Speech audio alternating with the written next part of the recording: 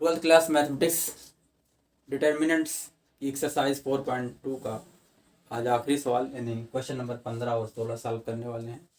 तो question number 15 देखते हैं। यदि मैट्रिक्स ए इक्वल टू 3/3 की है तो कह रहे हैं ए इनवर्स ज्ञात कीजिए और ए इनवर्स का प्रयोग करके निम्नलिखित समीकरण निकाय का हल कीजिए। तो समीकरण निकाय ये जो दिया हुआ है, ये अगर सिर्फ समीकरण निकाय ही दिया होता तब भी हम मैट्रिक्स ए निकालते इसकी सहायता से और ए इनवर्स ज्ञात करते। तो क्वेश्चन में सिर्फ जो है क्वेश्चन का रूप बदला हुआ है। इसके पहले जो आपको क्वेश्चन बताया जा चुका है उसी तरह से ये भी है। यहाँ दे दिया है कि ए इनवर्स ज्ञात कीजिए, ना भी दिया होता तब भी हमें ए इनवर्स निकालना होता। और आप एक चीज यहाँ पर भी देखो, जब मैट्रिक्स ए निकालेंगे सिस्टम ऑफ लीनियर इक्वेशन से, वो क्या होता है, एक्स वाई और जेड का कोएफिशिएंट होता है। अब देख लो, एक्स वाई जेड 2 3 1 -3 2 -3 2 1 फिर 5 -4 -2, वही चीज है यहाँ पर। तो देखते हैं, सबसे पहले हम क्या करेंगे, डिटरमिनेंट ऑफ ए निकालेंगे। Determinant of A equal to determinant of 2 -3 5 3 2 -4 1 1 -2 के। अब इसका प्रसार करेंगे R1 के परिता, R1 के सापेक्ष। आप चाहो जिसके सापेक्ष कर सकते हो। इसको ढक देंगे, इसको ढक देंगे। 2 × 2 -4, 1 × -4 तो +4 हो जाएगा। फिर -3, अब ऑलरेडी -3 है तो +3 बन जाएगा यहाँ पर। फिर इंटू इसको छुपा देंगे, इसको छुपा देंगे। 3 × 2 -6, 1 × 4 -4 तो +4 बन जाएगा। एंड +5 × ये ढक देंगे, ये ढक देंगे। 3 × 1 3 -2 × 1 2 हो गया। देखते हैं क्या आता है, ये 0 बन गया। 4 4 -6 -2 -2 3 6 -6 हो गया। 3 में से 2 गए 1, 5 करने में 5 + 5 हो गया हमारा। तो कितना आएगा, this is equal to -1 does not equal to 0। Does not equal to इसका मतलब हमारी मैट्रिक्स, हमारा अवयव कैसे है, व्युत्क्रमणीय अवयव। implies that A matrix A व्युत्क्रमणीय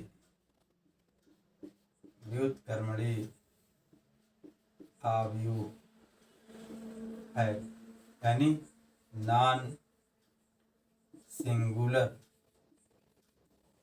singular matrix है।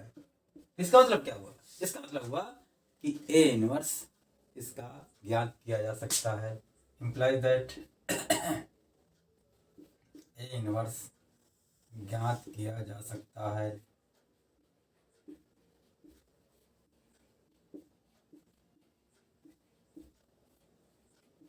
That is a inverse exist. इसका मतलब क्या हुआ, इसका मतलब हुआ कि सिस्टम ऑफ लीनियर इक्वेशन का सलूशन हो जाएगा, यूनिक सलूशन निकलेगा, यानी एक्स वाई जेड का मान निकलेगा। अब हम क्या करेंगे, मैट्रिक्स के कोएफिशिएंट निकालेंगे। अब लिखेंगे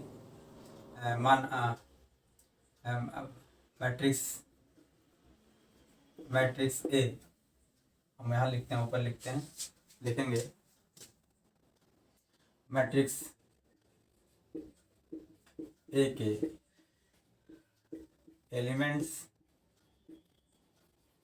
के कोफैक्टर्स क्या होगा, A11 A12 A13 A21 A22 A23 A31 A32 A33।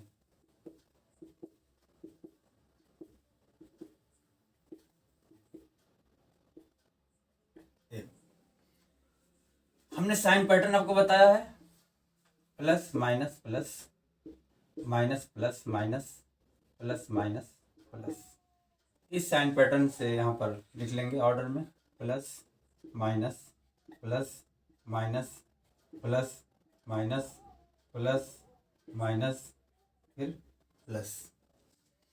अब यहाँ पर लिखेंगे 2 मैट्रिक्स यहाँ पर लिख ले रहे हैं,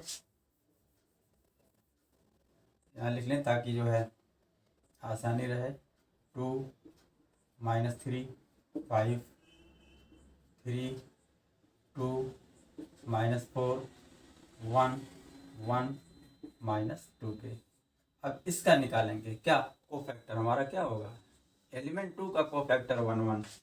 तो क्या करेंगे, इसको ढक देंगे, इसको ढक देंगे। 2 -4 1 -2 2 -4 1 -2 के। ऐसे यहाँ पर डिटर्मिनेंट का निशान बना दे रहे हैं।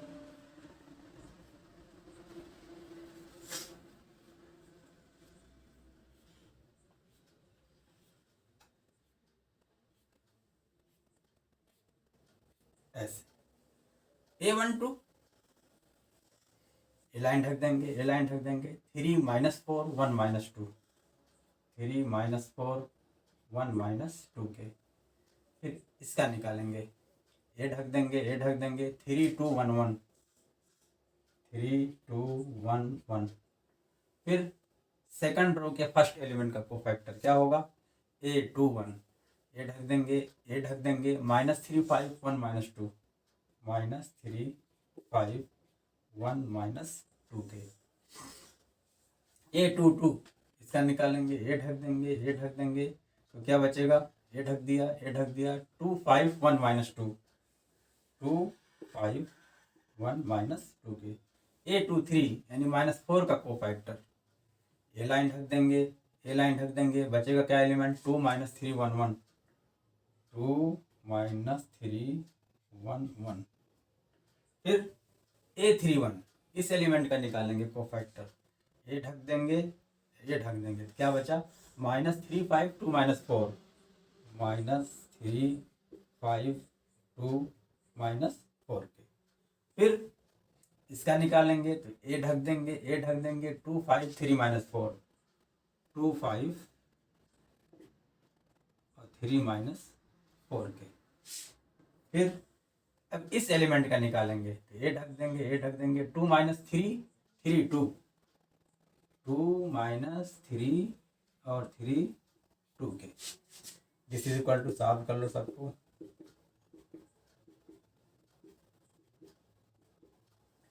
क्या हो जाएगा, 2 × 2 2 × -2 -4। फिर -1 × -4 -4 तो +4। दिस इज इक्वल टू हो जाएगा 0 के। फिर माइनस निशान है। 3 × 2 -6 1 × -4 तो हो जाएगा +4। तो -6 + 4 = -2 और माइनस माइनस प्लस हो जाएगा, दिस इज इक्वल टू +2। ठीक है।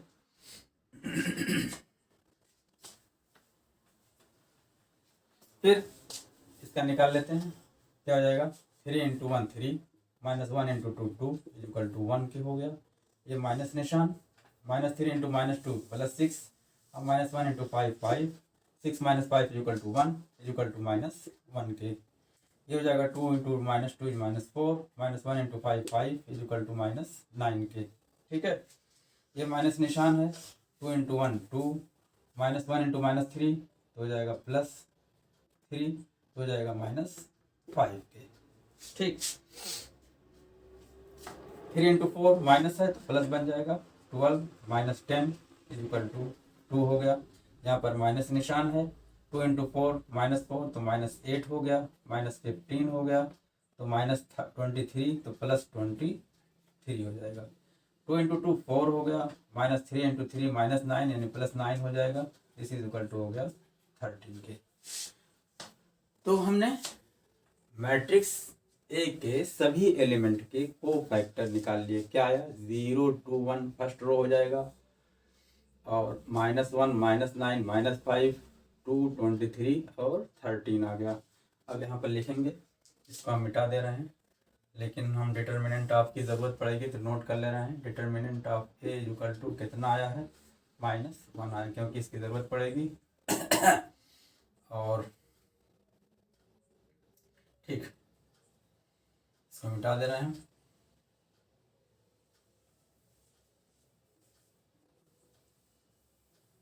चलिए लिखेंगे, मैट्रिक्स ए ए के कोफैक्टर्स से बनी मैट्रिक्स माना B equal to A11 A12 A13 A21 A22 A23 A31 A32 और A33। This is equal to, रख दो मान, क्या आया 0 2 1 0 2 1 -1 -9 -5 -1 -9 -5 और 2 23 13 2 23 और 13, ये हमने निकाल लिया वो फैक्टर से बनी हुई मैट्रिक्स। अब क्या करेंगे, ट्रांसपोज निकालेंगे। अब लिखेंगे एडजॉइंट निकालेंगे। Therefore adjoint of A equal to transpose of B, यानी बी डैश यानी इसी का डैश। तो क्या होता है, इसमें रो और कॉलम इंटरचेंज हो जाते हैं। तो पहला रो 0 2 1 है, ये कॉलम बन जाएगा 0 2 1। फिर दूसरा रो -1 -9 -5 है, ये इसका कॉलम दूसरा बन जाएगा -1 -9 -5। तीसरा 2 23 13 है, ये कॉलम बन जाएगा 2 23 और 13 हो गया। ये हमने निकाल लिया एडजॉइंट ऑफ ए के। क्लियर। अब क्या करेंगे, हम इनवर्स निकाल लेंगे। फार्मूला आप जानते हो, inverse of A is equal to 1 upon determinant of A into adjoint of A is equal to, determinant of A कितना है, -1 है, -1 इंटू 0 -1 2 2 -9 23 1 -5 और 13, माइनस से मल्टीप्लाई कर दे रहे हैं, इक्वल टू 0 1 -2, सभी एलिमेंट में मल्टीप्लाई हो जाएगा, -2, ये -9 है तो +9, ये 23 तो -23, ये 1 है तो -1, -5 है तो +5, 13 है तो -13 हो गया। हमने इनवर्स निकाल दिया। तो क्वेश्चन का एक पार्ट तो हमारा कंप्लीट हो गया। अब करें ए इनवर्स का प्रयोग करके निम्नलिखित समीकरण निकाय को हल कीजिए। अब लिखेंगे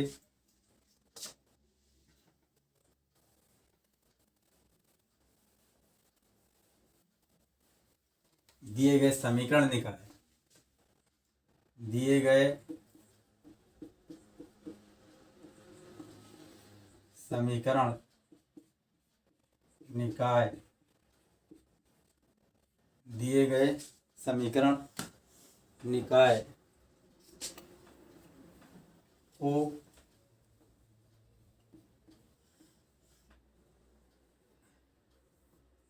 दिए गए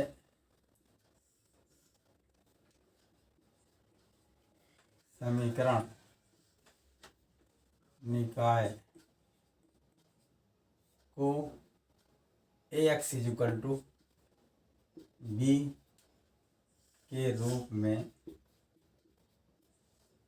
लिखने पर, Ax इक्वल टू बी क्या है, ये क्या चीज है, coefficient of matrix, coefficient of x y and z। तो क्या हो जाएगा, यही है 2 3 1 2 3 1 -3 2 1 -3 2 1 और 5 -4 -2 5 -4 -2 into x y z equal to B क्या चीज़ है, यही 11 -5 -3, 11 -5 -3 के, जहाँ ए इक्वल टू यही है, ये ए है, ए एक्स है, ए बी है, जहाँ लिखेंगे जहाँ A equal to 2 minus 3 5, 2 minus 3 5, 3 2 minus 4, 3 2 minus 4, 1 1 minus 2, और x इक्वल टू क्या है, x y z, और b इक्वल टू क्या है, जो हमारे कांस्टेंट हैं 11 माइनस 5 माइनस 3, 11 माइनस 5 माइनस 3 के। क्लियर। अब आप देख रहे हो सिस्टम ऑफ लीनियर इक्वेशन, यानी समीकरण निकाय में जो हमने ए निकाला 2 माइनस 3 5, 3 2 माइनस 4, यही 1 1 माइनस 2 ऑलरेडी वहाँ पर दिया हुआ है। इसका मतलब मैट्रिक्स ए जो यहाँ पर दी हुई थी ए एक्स वाई जेड के कोएफिशिएंट से बनी हुई मैट्रिक्स थी। ठीक। अब हम तो ऑलरेडी ए इनवर्स निकाल चुके हैं, अब एक्स वाई जेड की वैल्यू निकालना है। तो आप यहाँ पर लिख चुके थे कि determinant of A equal to -1, therefore A inverse exist. A inverse exist का मतलब क्या हुआ कि system of linear equation has unique solution, यानी समीकरण निकाय का अद्वितीय हल होगा। अब अद्वितीय हल जब होगा तो हम क्या करेंगे, समीकरण निकाय को रैखिक इसमें जो हमारा इक्वेशन है matrix equation A X equal to B में वैल्यू पुट कर देंगे। अब लिखेंगे, हम सब निकाल ही चुके हैं, तो लिखेंगे मैट्रिक्स इक्वेशन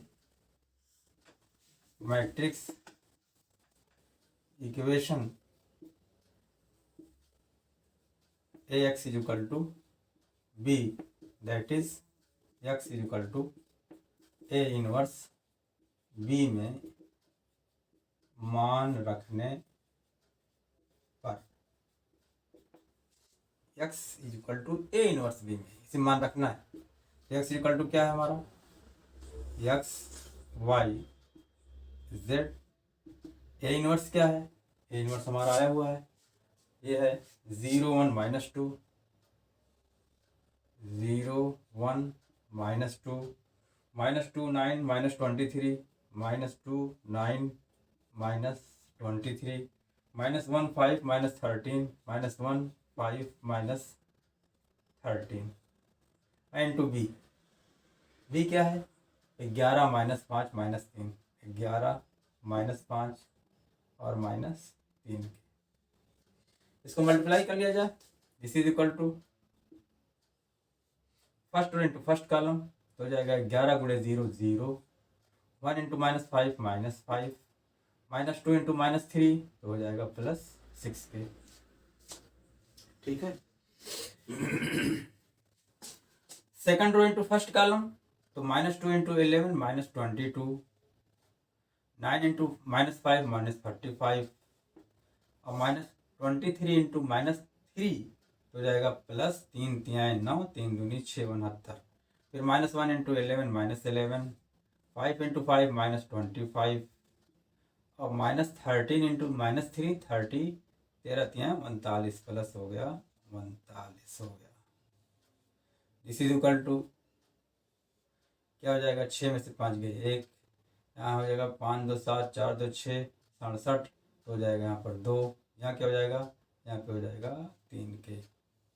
तो हमारी जो मैट्रिक्स आई प्रोडक्ट मैट्रिक्स वो क्या आ रही है 3/1, ये भी 3/1 है, therefore x is equal to 1, y equal to 2 and z equal to 3। इस तरह से हमारा इस क्वेश्चन का कंप्लीट सॉल्यूशन हो गया। आप इसका स्क्रीनशॉट ले लीजिए, क्योंकि मैं इसको मिटा करके क्वेश्चन नंबर जो है 16 जो है सॉल्व करने जा रहा हूँ। क्वेश्चन नंबर 16,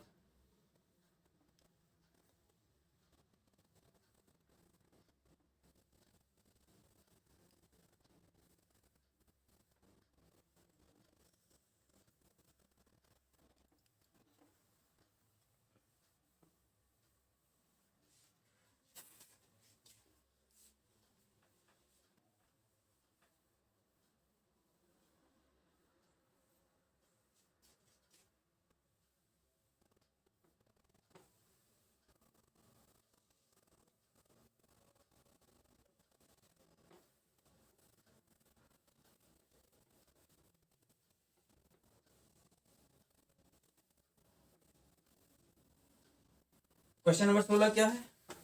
क्वेश्चन नंबर 16 में कह रहे हैं कि 4 किलोग्राम प्याज, 3 किलोग्राम गेहूं और 2 किलोग्राम चावल का मूल्य 60 रुपया है। 2 किलोग्राम प्याज, 4 किलोग्राम गेहूं और 6 किलोग्राम चावल का मूल्य 90 रुपया है। 6 किलोग्राम प्याज, 2 किलोग्राम गेहूं और 3 किलोग्राम चावल का मूल्य 70 रुपया है। तो कह रहे हैं आव्यूह विधि द्वारा प्रत्येक का मूल्य प्रति किलोग्राम ज्ञात कीजिए। ठीक है, यानी हमको जो है 1 किलोग्राम प्याज का दाम निकालना है, 1 किलोग्राम गेहूं का दाम निकालना है और 1 किलोग्राम चावल का दाम निकालना है। तो हम लिख लेंगे माना सॉल्यूशन, माना 1 किलोग्राम प्याज का मूल्य बराबर रुपया x। फिर 1 किलोग्राम प्याज के बाद क्या है? गेहूं है। 1 किलोग्राम गेहूं का मूल्य बराबर रुपया y। फिर 1 किलोग्राम चावल का मूल्य बराबर रुपया हमने मान लिया z के। अब क्या कह रहे हैं? 4 किलोग्राम प्याज का मूल्य क्या हो जाएगा? 4x रुपया। 3 किलोग्राम गेहूं का 3y और 2 किलोग्राम चावल का 2z हो जाएगा। अब कह रहे हैं तो लिखेंगे दी हुई शर्त के अनुसार, दी गई शर्त के अनुसार, क्या शर्त है कि 4 किलोग्राम प्याज का मूल्य क्या हो जाएगा? 4x हो जाएगा और 3 किलोग्राम गेहूं का क्या मूल्य हो जाएगा? 3y हो जाएगा, 3y और 2 किलोग्राम चावल का मूल्य 2z हो जाएगा। इन तीनों का मूल्य कितना है? रुपया 60 है, 60 हो गया। तो हमारा लीनियर इक्वेशन नंबर 1 आ गया। फिर 2 किलोग्राम प्याज का हो जाएगा 2x। फिर 4 किलोग्राम गेहूं का हो जाएगा 4y। फिर 6 किलोग्राम चावल का मूल्य 6 किलोग्राम का हो जाएगा 6z हो जाएगा और इन तीनों का मूल्य क्या है? रुपया 90 है। This is equal to 90। फिर 6 किलोग्राम प्याज का मूल्य हो जाएगा 6x और 2 किलोग्राम गेहूं का हो जाएगा 2y और 3 किलोग्राम चावल का plus 3z। This is equal to कितना है? 70 रुपीज। तो हमारा जो आया ये system of linear equation in 3 variable x and y, यानी 3 चर राशियों में समीकरण निकाय हमको मिल गया। चेक कर लेते हैं। 4x plus 3y plus 2z equal to 60। फिर 2x plus 4y plus 6z equal to 90। फिर 6x plus 2y plus 3z equal to 70। आप देख रहे हो यहाँ पर इक्वेशन नंबर 2 में 2 से हम डिवाइड कर सकते हैं तो हो जाएगा, दिस इम्प्लाइज दैट हो जाएगा x plus 2y plus 3z is equal to 45 हो जाएगा। यानी इसकी जगह पर हमारा क्या इक्वेशन हो जाएगा? x plus 2y plus 3z is equal to 45 हो गया। तो सिस्टम ऑफ लीनियर इक्वेशन में एक ये हुआ, 2 हुआ, तीनों मिला के सिस्टम ऑफ लीनियर इक्वेशन हमारा हो गया। अब हम क्या करेंगे? इसे मैट्रिक्स के फॉर्म में लिखेंगे इस रैखिक समीकरण, इस समीकरण निकाय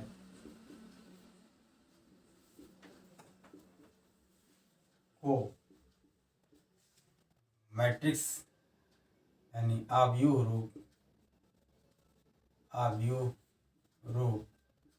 AX is equal to B में लिखने पर क्या हो जाएगा? A इक्वल टू क्या है? ऐसे हो जाएगा। A के कोफिशिएंट क्या है?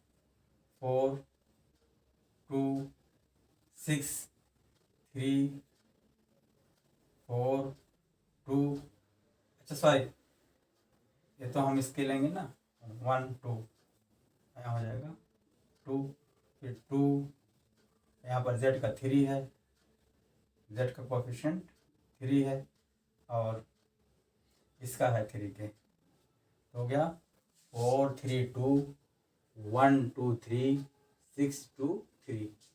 ठीक, यही बराबर क्या हो गया a इंटू एक्स, एक्स क्या है एक्स वाई जेड, इस इज इक्वल टू बी क्या है 60 45 और 70 हो गया। ये हो गया, हमने मैट्रिक्स इक्वेशन के रूप में लिख लिया। दोनों को मल्टीप्लाई करोगे तो फिर यही इक्वेशन प्राप्त हो जाएंगे। अब क्या करेंगे, हम डिटर्मिनेंट ऑफ ए निकालेंगे। लिखेंगे डिटर्मिनेंट, ए मैट्रिक्स हमारी ये है, ए एक्स है, ए बी है। Determinant of A is equal to determinant of 4 3 2 1 2 3 6 2 3 4 3 2 1 2 3 6 2 3। इसको सॉल्व करेंगे, फर्स्ट रो के सापेक्ष करेंगे तो 4 इंटू 2 तिहाई 6 माइनस 2 तिहाई 6, फिर -3 हो जाएगा। इसको नहीं लिखेंगे, इसको नहीं लिखेंगे 1 3, तो 1 इंटू 3 माइनस 6 तिहाई 18, 3 minus 18 and plus 2 into 1 into 2 minus 12, 2 minus 12 equal to ये 6 माइनस 6 0 हो जाएगा, 4 से मल्टीप्लाई करेंगे 0 बन जाएगा। 3 माइनस 18 माइनस 15 हो जाएगा, -3 से मल्टीप्लाई करेंगे तो प्लस आ जाएगा 45 आ जाएगा। 2 माइनस 12 माइनस 10 हो जाएगा, 10 दूनी 20 माइनस 20 आ जाएगा। तो 45 माइनस 20 इक्वल टू 25। कितना आ गया 25, does not equal to 0। Does not equal to 0 का मतलब क्या हुआ, हमारा सिस्टम ऑफ लीनियर इक्वेशन जो है क्या है, हमारी मैट्रिक्स ए जो है नॉन सिंगुलर मैट्रिक्स है। इम्प्लाइज दैट मैट्रिक्स ए क्या है, नॉन सिंगुलर माने व्युत्क्रमणीय अवयव है। इसका मतलब क्या हुआ, इसका मतलब हुआ कि A inverse exist implies that समीकरण निकाय का अद्वितीय हल होगा, जिसे x equal to A inverse B से ज्ञात करेंगे या प्राप्त करेंगे। क्लियर? तो ए इनवर्स हमें ज्ञात करना है, तो इसके लिए क्या करेंगे, अब हम मैट्रिक्स ए के कोफैक्टर्स निकालेंगे। मैट्रिक्स ए हमारी क्या है, ए इक्वल टू क्या है, यही है, यही तो है 4 3 2 1 2 3 1 2 3 6 2 3 6 2 3, ये हमारी मैट्रिक्स है। तो कोफैक्टर 9 एलिमेंट हैं तो 9 कोफैक्टर होंगे। तो लिखेंगे मैट्रिक्स ए के एलिमेंट्स के कोफैक्टर्स लिखेंगे A11 A11 A12 A13 A21 A22 A23 फिर A31 A32 फिर A33।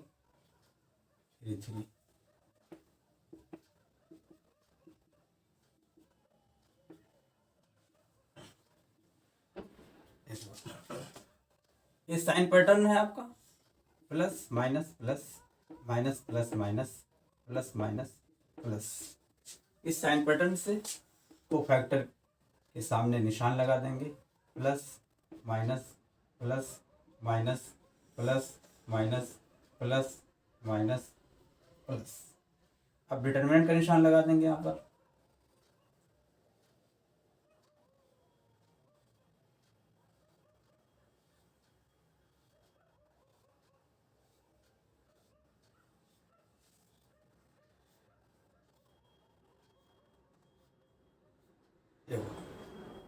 A11 यानी एलिमेंट 4 का कोफैक्टर। तो क्या करेंगे, ए लाइन छोड़ देंगे, ए रो छोड़ देंगे, एक कॉलम छोड़ देंगे। 2 3 2 3 2 3 2 3। फिर A12 माने 3 का कोफैक्टर, ए लाइन छोड़ देंगे, ए लाइन छोड़ देंगे। 1 3 6 3 1 3 6 3। अब 2 का कोफैक्टर हमारा A13 है, तो ए कॉलम छोड़ देंगे, ए रो छोड़ देंगे। 1 2 6 2 1 2 6 2। अब A21 ए रो छोड़ देंगे, कॉलम छोड़ देंगे, तो 3 2 2 3 3 2 2 3। फिर A22 ए रो छोड़ देंगे, कॉलम छोड़ देंगे। 4 2 6 3 4 2 6 3। फिर इसका निकालेंगे, एक कॉलम छोड़ देंगे, एरो छोड़ देंगे, तो 4 3 6 2 बचा। 4 3 6 2। अब A31 इसका कोफैक्टर, एरो छोड़ देंगे, कॉलम छोड़ देंगे। 3 2 2 3 3 2 2 3। A32 यानी 2 का कोफैक्टर, एरो छोड़ देंगे, कॉलम छोड़ देंगे। 4 2 1 3 4 2 1 3। अब A33 ए छोड़ देंगे, ए छोड़ देंगे। 4 3 1 2 4 3 1 2। चेक करते हैं, सॉल्व करते हैं। 2 3 6 माइनस 6 इक्वल टू 0। माइनस निशान है, 3 एक 3 और 6 3 18 minus 18। 3 minus 18 equal to minus 15। Minus 15 plus हो जाएगा, दिस इक्वल टू प्लस 15 हो गया। ठीक है, अच्छा ये this is equal to 1 into 2 2 हो गया। 6 दूनी 12 minus 12 is equal to minus 10 आ गया।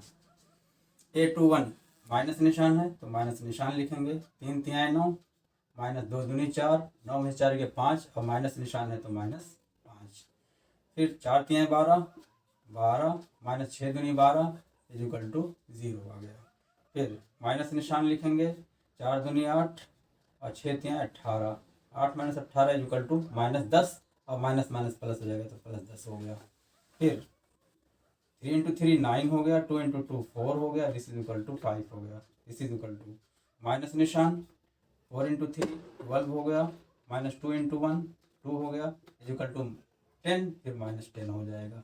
This is equal to 4 into 2 8 minus 1 into 3 3 is equal to 5। तो हमारे जो मैट्रिक्स ए के एलिमेंट्स हैं उनके कोफैक्टर्स निकल गए। क्या आया, 0 15 माइनस 10 माइनस 5 0 10 5 माइनस 10 5 आ गया। अब इससे क्या निकालेंगे हम, कोफैक्टर से बनी हुई मैट्रिक्स का ट्रांसपोज निकालेंगे, तब उसके बाद फॉर्म इनवर्स निकालेंगे। क्लियर। तो डिटर्मिनेंट ऑफ ए 25, इसको नोट कर ले रहे हैं क्योंकि इसकी ज़रूरत पड़ेगी। Determinant of A is equal to 25 आया हुआ है। हम इसको अब मिटा दे रहे हैं यहाँ पर। आप स्क्रीनशॉट ले लीजिए अगर ज़रूरत हो, उसके बाद फिर आगे बढ़ते हैं।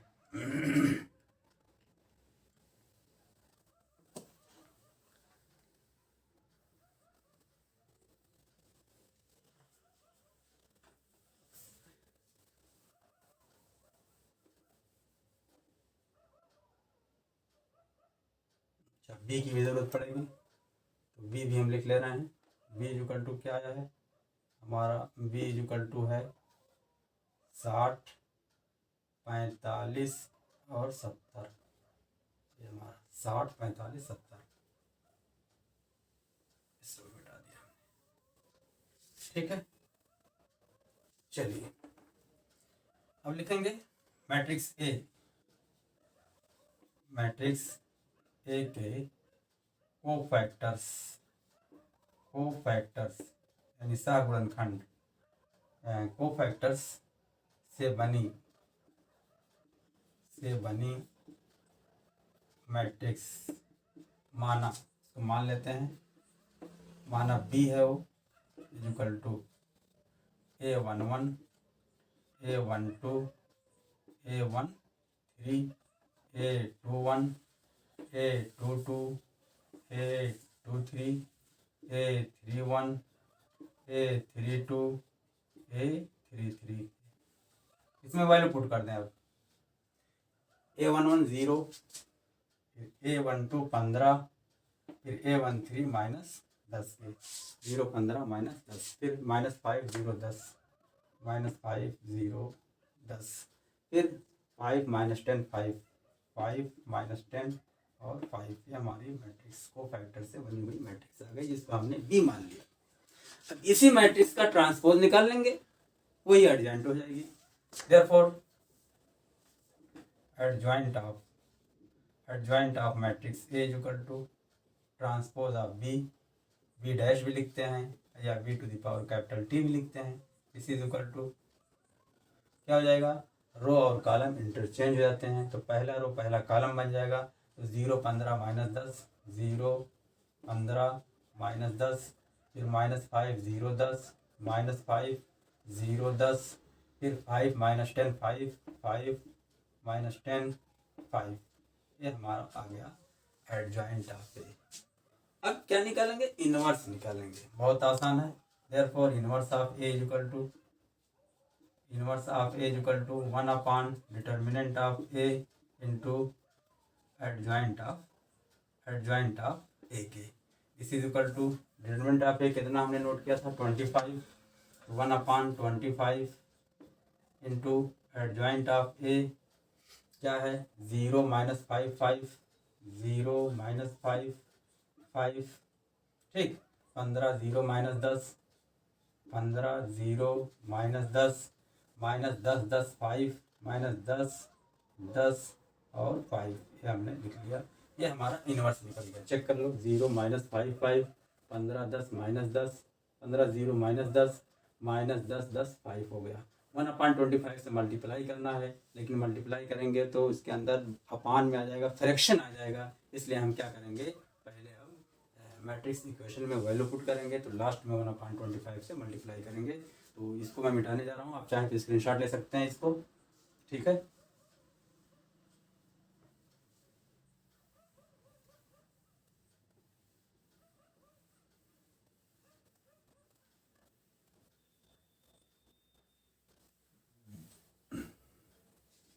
चलिए क्या करेंगे, अब लिखेंगे मैट्रिक्स इक्वेशन यानी आव्यूह समीकरण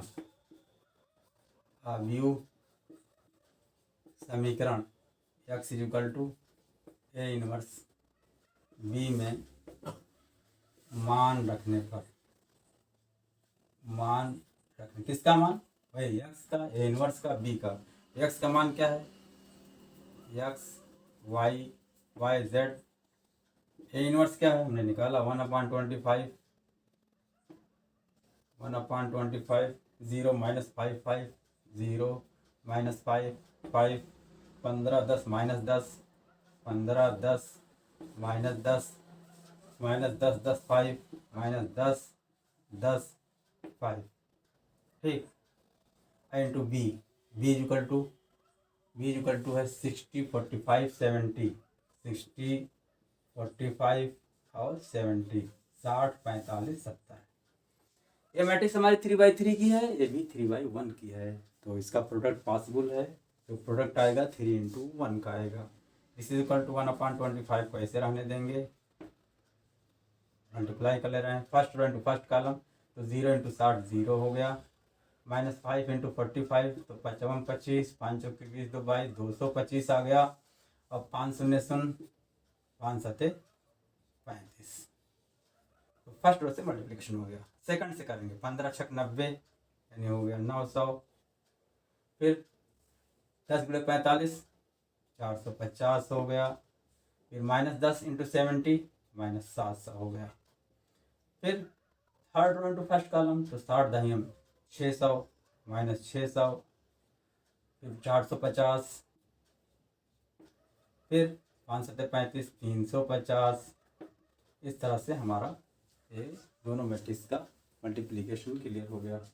this is equal to 1/25 into, जोड़ लो 350 माइनस 225 तो कितना आ जाएगा, 125 आ जाएगा, 125 आ जाएगा। यहाँ क्या आ जाएगा, 9 4 13, 1350 में से 700 घटाएंगे तो आ जाएगा 650। कितना आएगा, 650 आ जाएगा। फिर 450, 350 तो कितना हो गया, 4 3 7 1 8 और माइनस 600, 200 हो जाएगा। ये हो गया 200। अब क्या करेंगे, मल्टीप्लाई करेंगे। अच्छा कुछ गड़बड़ी लग रही है यहाँ पर, कुछ कहीं से मिस्टेक लग रही है, क्योंकि चेक कर लेते हैं अगर 0 15 माइनस 10 माइनस 5 0 10 हो गया, 0 15 माइनस 10 माइनस 5 0 10, 5 माइनस 10 5 हो गया। एडजॉइंट ऑफ ए हमारा हो गया, transpose of 0 15 minus 10 minus 5 0 10, 5 minus 10 5 हो गया। इन्वर्स हो गया 1 डिटर्मिनेंट ऑफ हमने निकाल लिया था 25 into adjoint of A 0 minus 5 5 ही लिखा है, 15 0 माइनस 10 लिखा है और माइनस 10 10 5 हो गया। ठीक है, तो ये आ गया हमारा 0 15। ठीक है, अब क्या किया हमने, इसमें इन्वर्स बी में रखा 1/25 0 माइनस 5 5, 15 10, 15 0 माइनस 10। देखो ये मिस्टेक थी यहाँ पर, 15 0 माइनस, इसलिए बहुत ही प्रिकॉशन लेने की बात है। देखो यहाँ पर 0 था, हमने 10 लिख लिया था। तो मैट्रिक्स क्वेश्चन तो वाकई में बड़ा आसान है, लेकिन थोड़ा सा अगर कहीं उतारने में गलती हो गई, इसलिए उसको हमने क्या किया, दोबारा नहीं चेक किया था। इसलिए एक बार लिखने के बाद दोबारा भी उसको चेक कर लेना चाहिए। ठीक है, अब देखें मल्टीप्लाई, तो सेकंड रो में गड़बड़ी थी, 15 6 90, फिर 45 ये हमारा 0 आ जाएगा। ये क्या हो गया, 0। तो अब ठीक है, देखते हैं क्या आता है। तो 900 माइनस 700 कितना आएगा, तो 200 आ जाएगा ना, क्या आ जाएगा 200, हमारा 200 आ गया। फिर ये कितना आ जाएगा, 450 350, ये 200 आ गया। अब 1/25 से हर एलिमेंट में मल्टीप्लाई कर देंगे। This is equal to, multiply करेंगे तो क्या आ जाएगा, 25 25 में 125 तो 5 आ गया, 25 8 200 8 आ गया, यहाँ भी 8 आ गया। अब हमारी मैट्रिक्स कितना है, 3/1, ये भी 3/1। Therefore x is equal to 5, y is equal to 8, z is equal to 8। क्या पूछ रहे थे, अवयव द्वारा प्रत्येक का मूल्य प्रति किलोग्राम ज्ञात कीजिए। तो हमारा ये आंसर हो गया। तो लिखेंगे अतः 1 किलोग्राम क्या, पहले प्याज का मूल्य बराबर कितना हो गया, x बराबर ₹5। फिर 1 किलोग्राम गेहूं का मूल्य, 1 किलोग्राम गेहूं का मूल्य बराबर y बराबर ₹8 आया। फिर 1 किलोग्राम चावल का मूल्य, 1 किलोग्राम चावल का मूल्य हो गया z रुपया इज इक्वल टू z की वैल्यू आई है 8, तो ₹8 हो गया। इस तरह से हमारा ये आंसर हो गया इस क्वेश्चन का। एक क्वेश्चन 2020 में बोर्ड में पूछा जा चुका है। ठीक, उम्मीद करता हूँ कि आपको सारे सवाल क्लियर हो गए होंगे। अगर कहीं से डाउट है तो आप लेक्चर को फिर से देखिए और उसको समझने की कोशिश करिए, प्रैक्टिस करिए। जब तक खुद प्रैक्टिस नहीं करेंगे तब तक जो है कॉन्सेप्ट क्लियर नहीं होगा। ठीक।